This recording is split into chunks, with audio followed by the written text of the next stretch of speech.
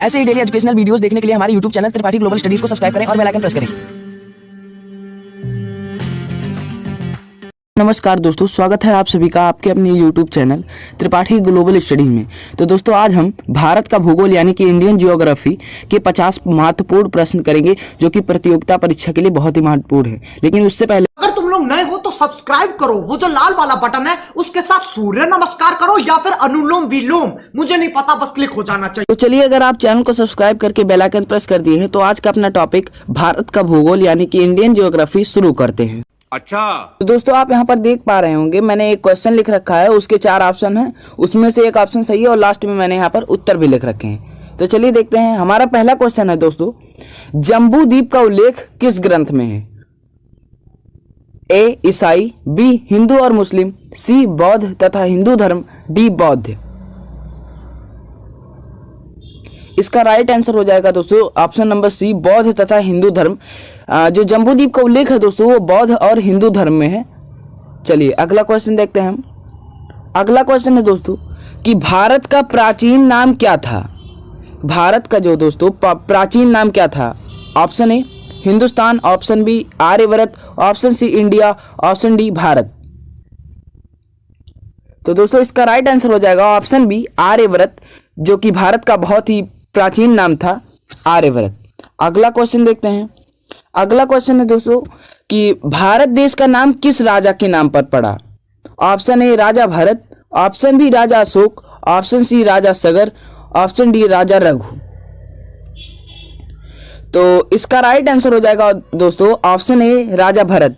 जो भारत देश का नाम है वो राजा भरत के नाम पर पड़ा था।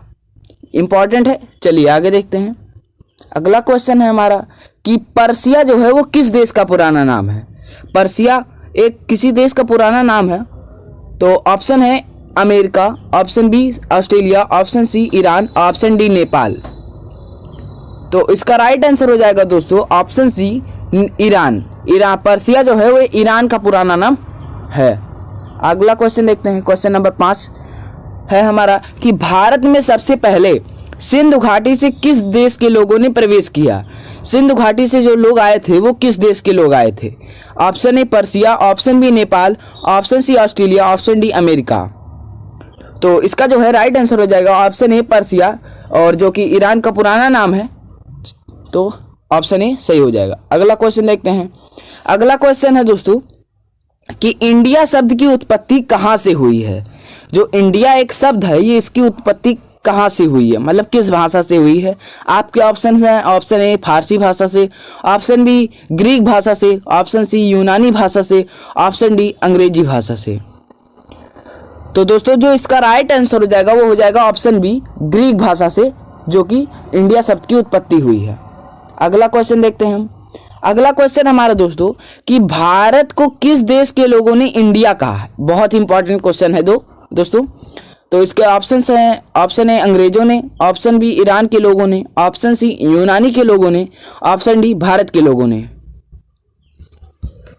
तो जो भारत देश को इंडिया कहे हैं वो यूनानी के लोगों ने कहा है। कौन कहा है? यूनानी के लोगों ने भारत देश को इंडिया कहा। आगे देखते हैं। आगे है दोस्तों कि भारत की भूभाग की लंबाई पूरब से पश्चिम कितनी है? जो इंडिया की लंबाई है पूरब से पश्चिम वो कितनी है? आपके ऑप्शन हैं option A 2900 kilometre, option B 2000 kilometre, option C 900 kilometre, option D 2933 kilometre.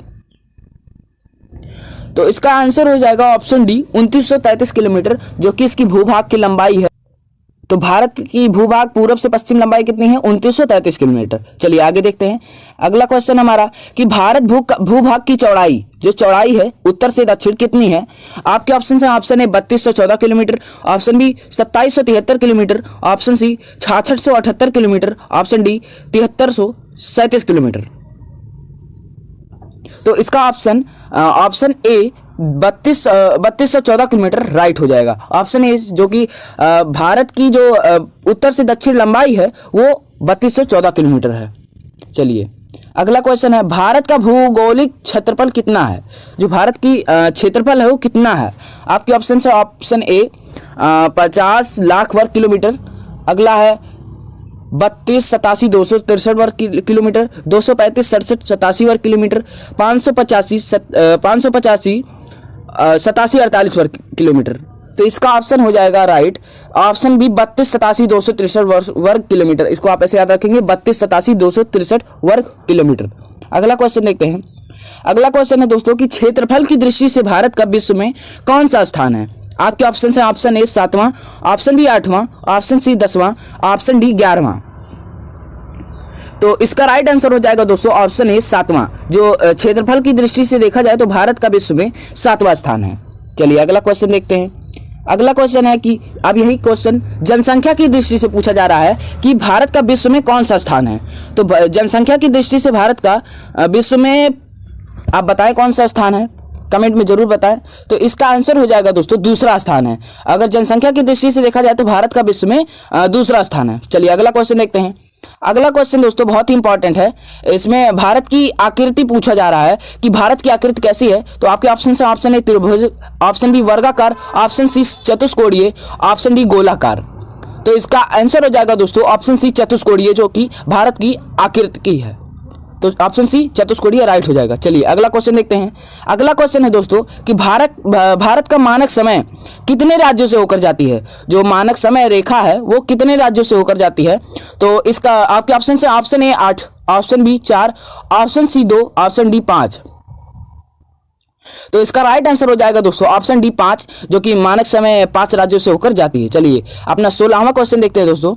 16वां question है कि भारत का मानक समय उत्तर प्रदेश में कहां से गुजरता है? ये बहुत इंपॉर्टेंट है। अगर आप उत्तर प्रदेश के रहने वाले हैं तो आपके लिए बहुत ही ज्यादा इंपॉर्टेंट है।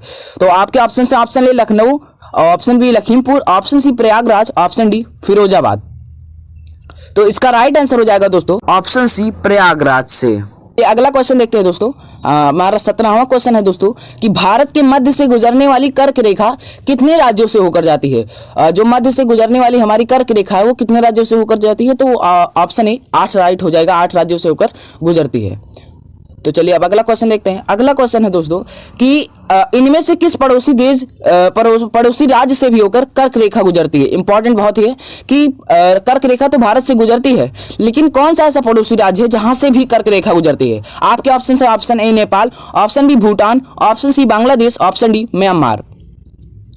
तो इसका राइट आंसर हो जाएगा दोस्तों ऑप्शन सी बांग्लादेश, जहां से कर्क रेखा भी गुजरती है, जो कि हमारा पड़ोसी देश है। आगे है भारत का अधिकांश क्षेत्र किस जलवायु के अंदर आता है? तो ए आपके ऑप्शन से ऑप्शन ए मानसूनी, ऑप्शन बी शुष्क, option C alpine, option D अर्ध शुष्क। तो जो इसका आंसर हो जाएगा दोस्तों ऑप्शन ए मानसूनी हो जाएगा, जो कि भारत का अधिकांश क्षेत्र मानसूनी जलवायु के अंतर्गत आता है। चलिए अगला क्वेश्चन देख लेते हैं। हमारा 20वां क्वेश्चन है कि भारत में किस राज्य की तटीय रेखा सबसे लंबी है? तो आपके ऑप्शन है option A Maharashtra, option B Rajasthan, option C Gujarat, option D Madhya Pradesh.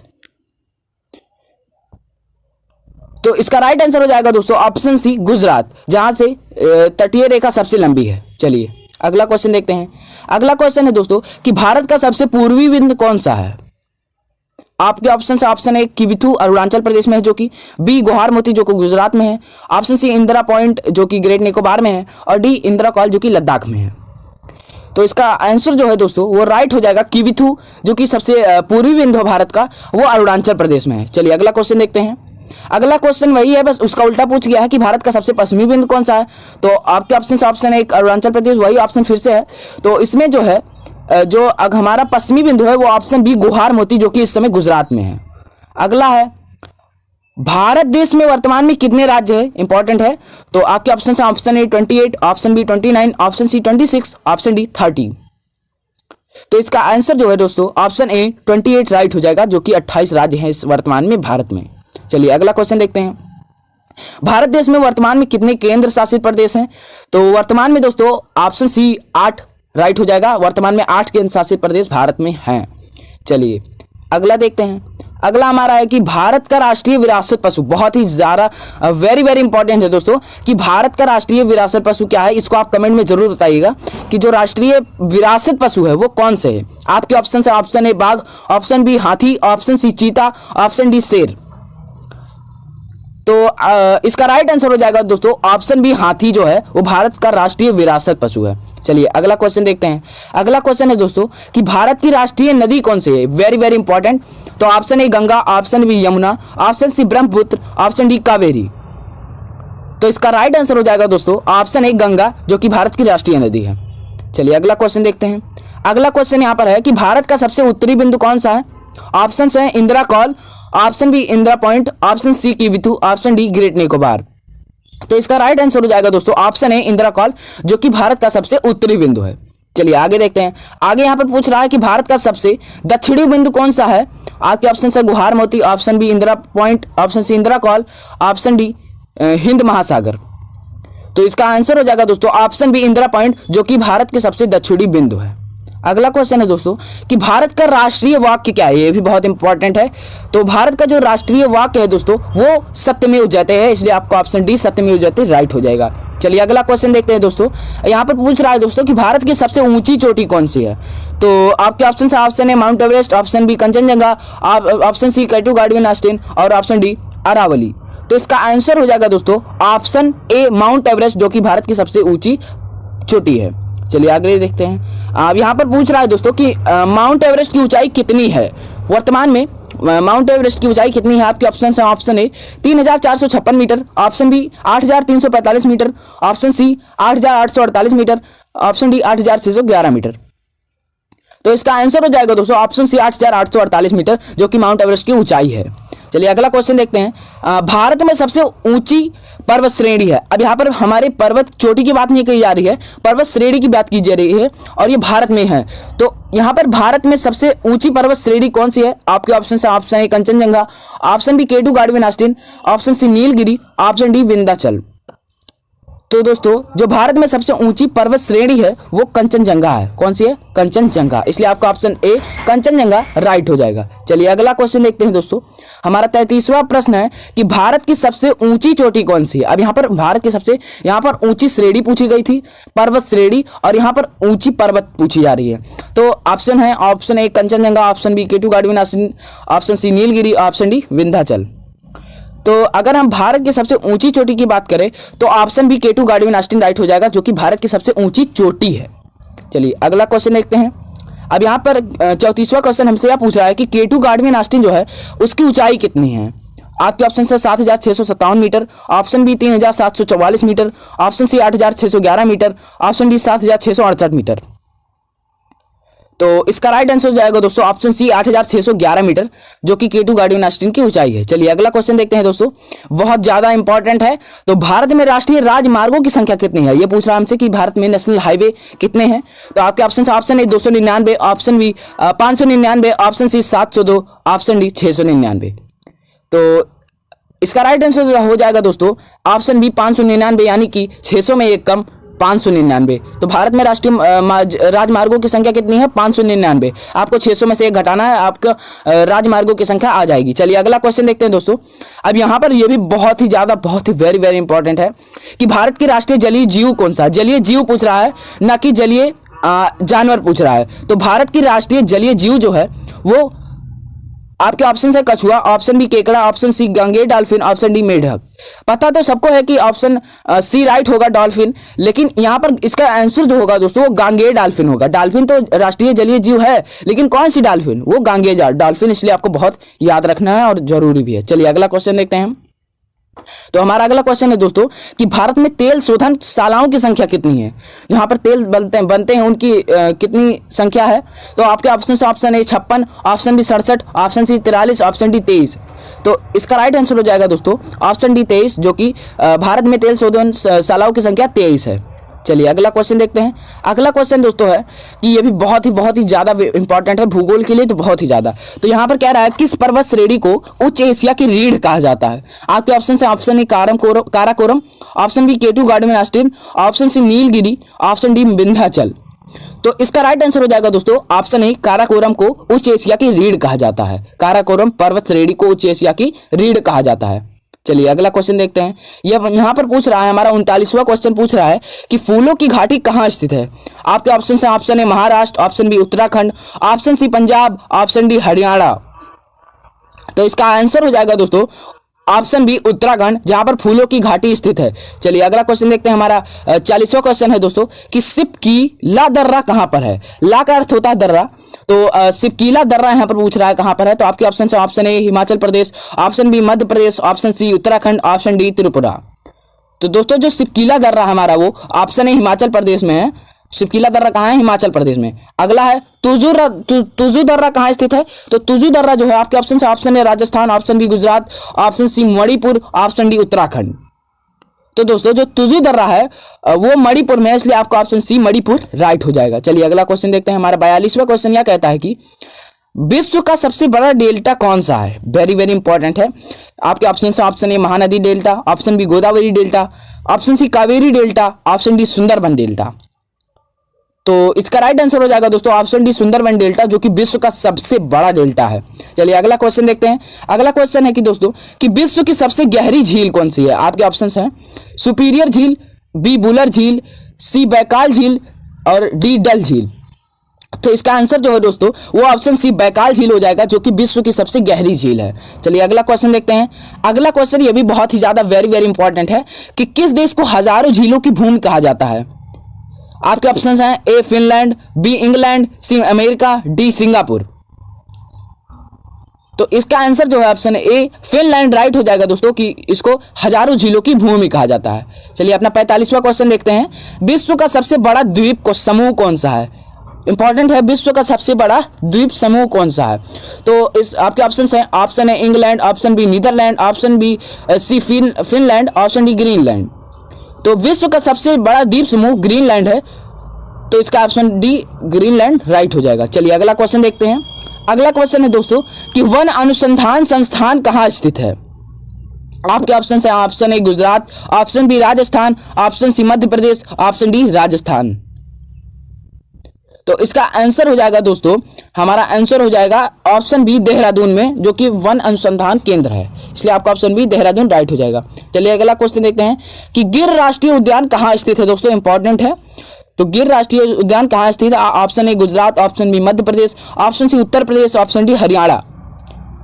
तो गिर राष्ट्रीय उद्यान जो है दोस्तों वो गुजरात में है, और ये शेर के लिए, एशियाटिक जो शेर होते हैं उनके लिए प्रसिद्ध है। तो आप गा से गुजरात भी याद सकते हैं, गा से गिर भी याद रख सकते हैं। चलिए अगला क्वेश्चन देखते हैं। अगला हमारा है 48वां क्वेश्चन, काजीरंगा नेशनल पार्क कहाँ स्थित है। दोस्तों यहाँ पर काजीरंगा नेशनल पार्क कहाँ स्थित है पूछ रहा है। आपके ऑप्शन है option A Himachal Pradesh, option B Gujarat, option C Assam, option D Uttar Pradesh.